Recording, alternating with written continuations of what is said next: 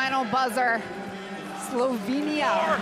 He's going to go in for the dunk, and Lithuania have dodged the bullet. They have done it. Kalau kalian melihat FIBA World Cup 2023 ini, banyak kejadian aneh yang terjadi.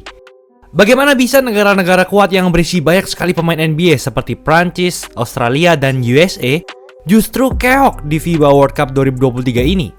Yang terparah adalah Prancis dan Australia. Bagaimana bisa sebuah tim yang punya 9 pemain NBA, 9 pemain NBA dikalahkan oleh tim yang cuma punya satu pemain NBA? Begitu juga dengan Prancis. Bagaimana bisa sebuah negara yang punya 3 pemain NBA termasuk satu pemain yang pernah All-Star sekaligus 3 kali Defensive Player of the Year dikalahkan oleh sebuah negara yang bahkan bintang utamanya cedera dan cuma punya satu pemain NBA? Akan kami bahas dalam episode kali ini. Sebelum lanjut, jangan lupa like dan subscribe ya. Simak ulasan berikut ini.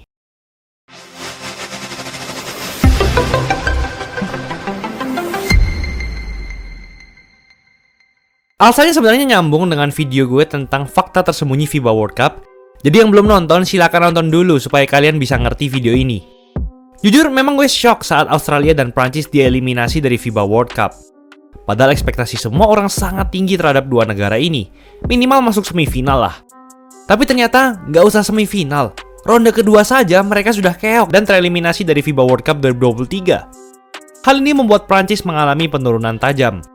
Padahal di dua ajang FIBA World Cup sebelumnya, tepatnya pada 2014 dan 2019, memang Prancis tak pernah membawa medali emas. Tapi mereka selalu membawa medali perunggu di dua ajang terakhir. Jadi at least mereka masih pulang dengan membawa medali.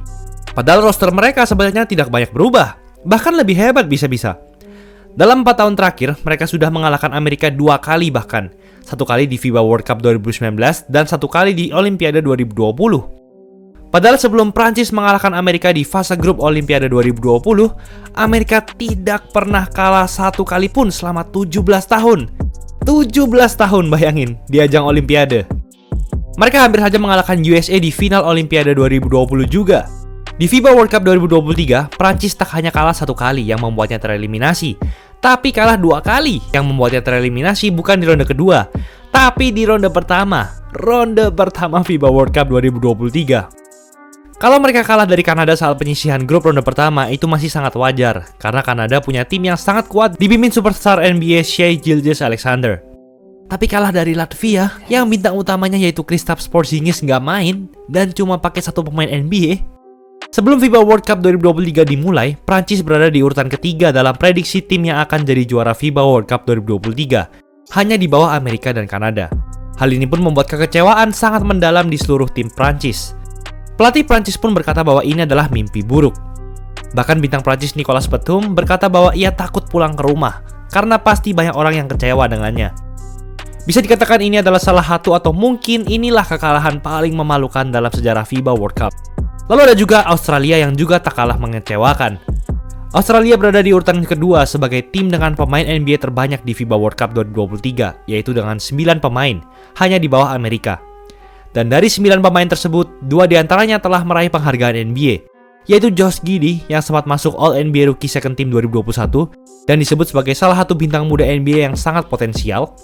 Lalu ada juga Matisse Thybulle yang 2 kali masuk All-NBA Defensive Team.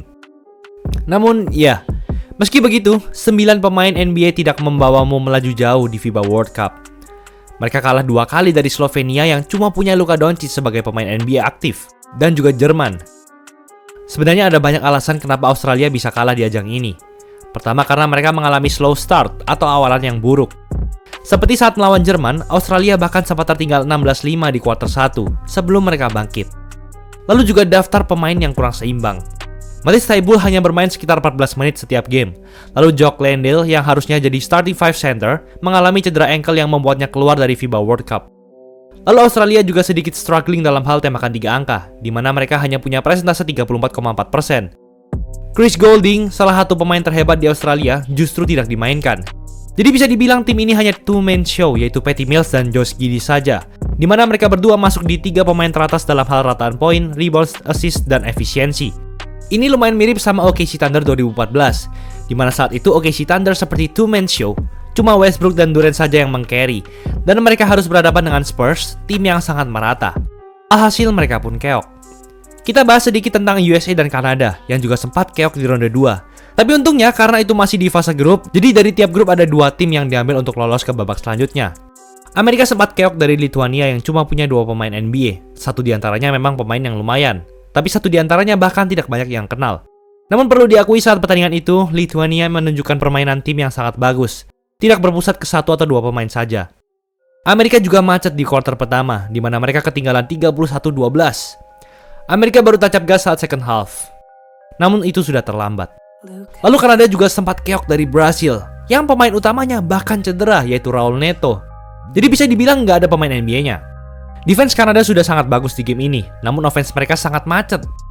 Mereka hanya mengandalkan Shea dalam hal offense dengan rataan 28,2 points per game. Sisanya di urutan kedua Kelly Olynyk bahkan nggak sampai setengahnya dengan 13,6 points per game.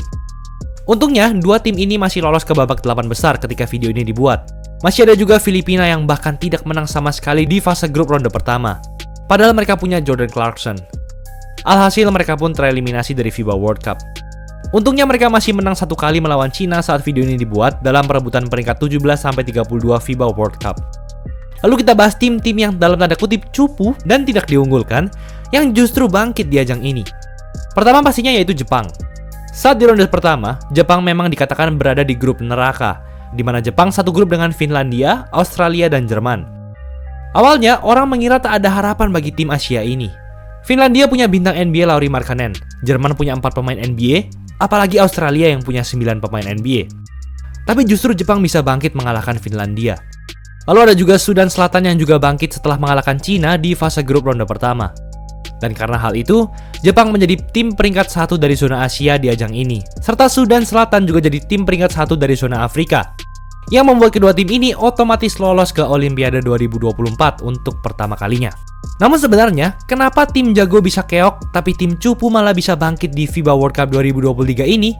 Sebenarnya alasannya simple. Memang ada alasan blunder seperti Australia dan Prancis, lalu ada karena cedera juga. Namun menurut gue adalah karena kompetisi ini bukanlah kompetisi utama, karena kompetisi utamanya adalah Olimpiade. Penjelasan hubungan FIBA World Cup dan Olimpiade sudah gue jelasin di video tentang FIBA yang gue bikin sebelumnya. Tapi itu jelas banget berpengaruh, karena pemain-pemain hebat bakal ngehindarin cedera. Jadi mereka nggak mau ikut ajang ini, daripada nggak bisa main di ajang utamanya nanti kan? Prancis sebenarnya masih menyimpan 2 bintangnya, yaitu Victor Wembanyama dan Joel Embiid. Bayangin saja kalau 2 pemain ini ikut, Prancis bakal sangat-sangat ngeri. Dari sebelum FIBA World Cup diadakan pun, Prancis sudah otomatis lolos ke Olimpiade, karena mereka jadi tuan rumah. Jadi mau dapat peringkat berapapun di FIBA World Cup, mereka akan tetap lolos.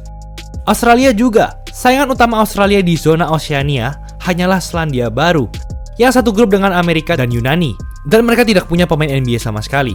Jadi dari sebelum main pun, posisi kedua tim ini bisa dibilang sudah aman untuk lolos Olimpiade. Lalu lihat saja perbedaan roster Amerika pada FIBA World Cup 2019 dengan Olimpiade 2020. Saat FIBA World Cup 2019, USA membawa pemain-pemain muda semua. Yang terhebat mungkin Donovan Mitchell dan Jason Tatum. Dan alhasil, mereka pun tak membawa medali emas di FIBA World Cup 2019. Tapi bandingkan dengan Olimpiade 2020.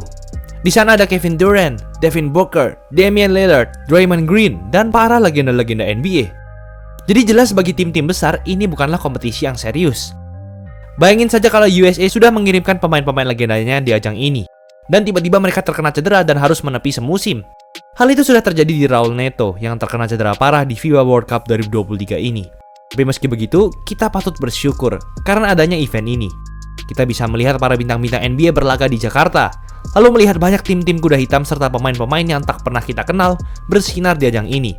Ajang ini juga tentunya sangat baik bagi pemain-pemain seperti itu untuk mendapatkan spotlight agar bisa dilirik tim-tim NBA. Itulah ulasan mengenai episode kali ini. Buat kalian yang mau bikin jersey tim, langsung aja cek Easy Sportswear. Gratis konsultasi desain dengan Illustrator berkelas, diproduksi dengan detail yang sangat tinggi, lengkap pakai 2 mesin press yang berbeda. Satu style cuma 150.000. Warna dan bahan dijamin yang terbaik. Nih buktinya. Nah, jadi udah terbukti kan kualitasnya, no tipu-tipu. Langsung aja cek Easy Sportswear. Jangan lupa like dan subscribe agar channel ini bisa berkembang dan menghasilkan video menarik lainnya. Thanks for watching, I'll see you in the next video.